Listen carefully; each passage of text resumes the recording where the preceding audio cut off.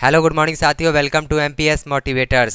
शिक्षा का ऐसा प्लेटफॉर्म है जिस पे आप अपने घर पे रहकर अच्छी शिक्षा को प्राप्त कर सकते हैं। आज है क्लास 10th का केमिस्ट्री का चैप्टर नंबर 1 जो हम लोग स्टार्ट किए थे, उसके आगे के वीडियो की तरफ हम बढ़ रहे हैं, जिसमें हमने आपको बहुत ही अच्छे अच्छे रासायनिक अभिक्रियाओं के साथ मिलाया था, जिसमें आपको रासायनिक अभिक्रिया समझ में भी आया था। और आज का जो वीडियो है वो भी रासायनिक अभिक्रिया के कुछ रिलेटेड होगा।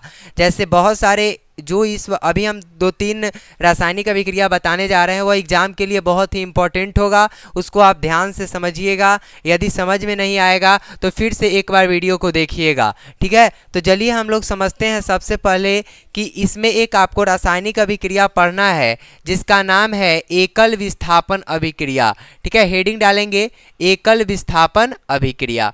तो देखिए एकल विस्थापन अभिक्रिया क्या होता है। जैसे हम लोग डिस्प्लेसमेंट अभिक्रिया भी इसको कहते हैं, डिस्प्लेसमेंट रिएक्शन। तो एकल विस्थापन अभिक्रिया बहुत बार एग्जाम में पूछता है क्वेश्चन। कहा जाता है कि किसी भी यौगिक, है ना, यौगिक आप जान जाएं कि एक या एक से अधिक जैसे तत्व मिलता है, तो मान लेते हैं कि NaCl क्या हो जाएगा, सोडियम क्लोराइड हो जाएगा। तो हम इसको यौगिक भी कह सकते हैं, ठीक है। तो यौगिक का दूसरा है, बहुत सारे उसमें कंडीशंस आते हैं। तो फिलहाल हम समझ जाते हैं कि एक या एक से अधिक तत्व जहाँ पर मिल जाएगा उसको हम यौगिक कहेंगे, ठीक है। तो आइए समझते हैं एकल विस्थापन अभिक्रिया को। तो कहा जाता है कि किसी यौगिक में उपस्थित परमाणु या परमाणु के समूह को दूसरे के द्वारा, मतलब कि दूसरे परमाणु के द्वारा विस्थापित करा दिया जाता है, तो उसे हम एकल विस्थापन अभिक्रिया कहते हैं। जैसे हमने ले लिया Fe को, तो Fe को हम कहते हैं लोहा, जिसको फेरस कहते हैं। और यह एग्जाम में क्वेश्चन आया हुआ है कि लोहा का परमाणु संख्या क्या होता है। तो लोहा का परमाणु संख्या 26 होता है, ठीक है। तो आप याद भी रखिएगा। और देखिए Fe को जब हम क्या करते हैं, CuSO4 के साथ रिएक्शन करते हैं। ध्यान से समझिएगा। मीन्स क्या, हमने आपको बोला है कि किसी भी यौगिक में उपस्थित परमाणु या परमाणु के समूह को, मतलब क्या है कि जैसे मान लेते हैं कि यह हमारा यौगिक है और कोई परमाणु से क्या कर रहा है, रिएक्शन कर रहा है। तो एक आपका जो फेरस है, तो हम फेरस को क्या करते हैं, रिएक्शन करवाते हैं। तो देखिए समझिए सबसे पहले कि जब कॉपर क्या था, कॉपर जब सल्फेट के साथ मिला हुआ था, तो कॉपर से भी हार्ड कौन था, फेरस था। तो देखिए ना, फेरस क्या करेगा, इसको ना हटा देगा, ठीक है, समझिएगा। FeSO4 + Cu हो गया। तो मीन्स क्या कहना है कि सर ये कॉपर के साथ था, ठीक है, और इसे फेरस क्या है, शक्तिशाली है, और यह शक्तिशाली कॉपर को उठा के क्या कर दिया, अलग कर दिया, और सल्फेट के साथ खुद मिल गया। तो समझ में आ रहा होगा आपको क्या हमने कहा। मतलब क्या कहा कि एक क्या होता है सर, एक अति अभिक्रियाशील धातु होता है और एक उससे कम अभिक्रियाशील धातु होता है। तो जैसे कॉपर क्या है, सल्फेट के साथ मिला हुआ है, तो फेरस क्या कहा कि हम विस्थापन करेंगे, कॉपर को क्या करेंगे, हटाएंगे। तो कॉपर को क्या किया, हटा दिया, और फेरस क्या हुआ, जाके जुड़ गया। तो अब ये भी सवाल होगा कि सर मान लीजिए कि ये सल्फेट के साथ कॉपर तो एग्जिस्ट करता है, लेकिन यह फेरस यहाँ नहीं होता, कोई दूसरा एलिमेंट होता। तो देखिए दूसरा एलिमेंट कब होता, जब रिएक्शन कराया जाता। तो हमने अभी आपको एकल विस्थापन पढ़ाया, तो एकल विस्थापन के तरीका पे बताया गया है। तो याद रखिएगा, एक अभिक्रियाशील धातु कम अभिक्रियाशील धातु को क्या करता है, उसके जगह से क्या करता है, चेंज करके अपना जगह क्या कर लेता है, पकड़ लेता है। मीन्स क्या कि कॉपर सल्फेट था, अब क्या हो गया, फेरस सल्फेट या आयरन सल्फेट हो गया। समझ में आपको आया होगा। जैसे एक और एग्जांपल के द्वारा मैं आपको समझा रहा हूं। जैसे आप देखिएगा एक Zn को ले लिए, ठीक है, और यह Zn को लेने के बाद हम ले लिए एगो H2SO4। तो देखिए समझिएगा, यहाँ पे हम एलिमेंट का तुलना भी कर सकते हैं, या डायरेक्ट सोच सकते हैं कि हमको विस्थापन करना है तो उसके जगह पर उसको बैठा देंगे और उसके जगह पर उसको बैठा देंगे, ठीक है ना। तो देखिए ये Zn अकेले है सर। तो देखिए Zn अकेले है, तो इधर हाइड्रोजन किसके साथ मिला हुआ है, SO4 के साथ मिला हुआ है। तो समझिएगा हाइड्रोजन को हम क्या कर देंगे, अलग कर देंगे, और इस जिंक को किसके साथ मिला देंगे, जिंक सल्फेट ZnSO4 कर देंगे। तो देखिए ZnSO4 हो जाएगा और प्लस आपका क्या हो जाएगा बाबू, H2 हो जाएगा। तो सर समझाइए। तो देखिए जिंक क्या है, हाइड्रोजन से ज्यादा अभिक्रियाशील है, मतलब कि जिंक में पावर क्या है, ज्यादा है। तो ये हाइड्रोजन को क्या किया, जब रिएक्शन हो रहा था, हाइड्रोजन सल्फेट का रिएक्शन जिंक के साथ हो रहा था, तो जिंक ने क्या किया, हाइड्रोजन को हटा दिया और अपना स्थान पकड़ लिया। तो मैंने इसको क्या कह दिया, एकल विस्थापन अभिक्रिया। तो एकल विस्थापन अभिक्रिया आपके एग्जामिनेशन में यह क्वेश्चन आएंगे तो आप इसको अच्छा से डील कर पाएंगे, क्योंकि यह एकल विस्थापन अभिक्रिया कहता ही है कि अपना जो जिसका जगह होगा वह जगह को क्या कर देता है, चेंज कर देता है। ठीक है, तो अब हम लोग समझेंगे उभय विस्थापन अभिक्रिया को। आइए देखते हैं उभय विस्थापन अभिक्रिया को। उभय विस्थापन अभिक्रिया कहने का मतलब होता है, मान लेते हैं इसको कि जैसे उसमें वन डिस्प्लेसमेंट होता है, एक जगह विस्थापन होता है और यहाँ पे दो जगह विस्थापन आपको देखने को मिलेगा।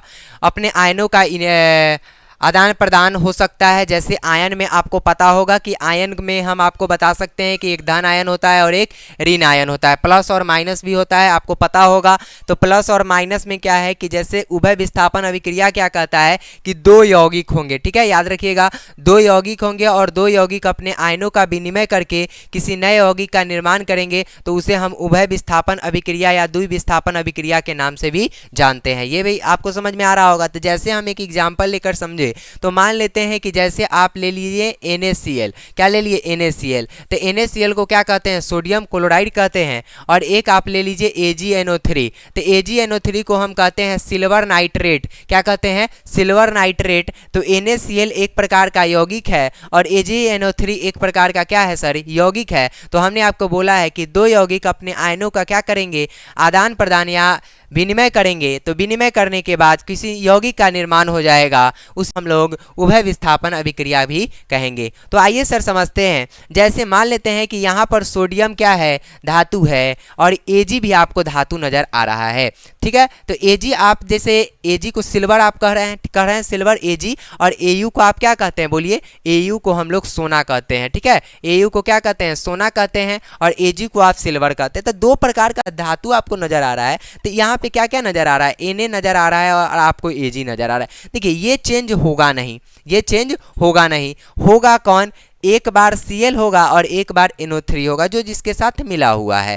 तो मीन्स क्या कि सर ये Na है और ये Ag है। तो उभय विस्थापन क्या करता है, जैसे इस पे क्या होता है, जैसे आप आयन के अनुसार बदल लीजिए तो आयन के अनुसार बदलेंगे या हम ऐसे क्लियर भी बदल सकते हैं। तो देखिए NO3 माइनस होता है, Ag पे प्लस होता है, फिर Na पर प्लस होता है और Cl पर माइनस होता है। तो देखिए ना, अगर मान लिया जाए कि Na पर प्लस है और Ag पर प्लस है तो प्लस प्लस तो हो नहीं सकता है। देखिए कोई भी यौगिक बना हुआ है तो एक धातु एक अधातु। तो जैसे देखिए Na क्या है, धातु है सर, क्लोरीन अधातु है, तब यौगिक बना हुआ है।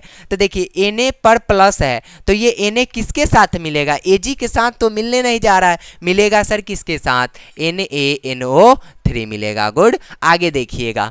अब समझिए ये Ag जो आप देख रहे हो ये Ag, अब Na का तो काम कंप्लीट है। Na पहले किसके साथ था, Cl के साथ, अब किसके साथ, NaNO3 के साथ, और प्लस दे देंगे। अब कौन सा धातु सर, Ag, सिल्वर है। अब बताइएगा आप हमको कि ये क्लोरीन है, NO3 के साथ तो Na मिल गया, पहले कौन था, Ag था, अब क्या है, Na के साथ Cl है, तो अब Ag के साथ क्या हो जाएगा, Cl हो जाएगा और ये विस्थापित भी हो जाता है। तो मतलब क्या समझे कि सर एकल विस्थापन में आपने परमाणुओं को विस्थापित करके बताया और आपने उभय विस्थापन अर्थात द्विविस्थापन अभिक्रिया में आपने आयनों को विस्थापित करके बताया।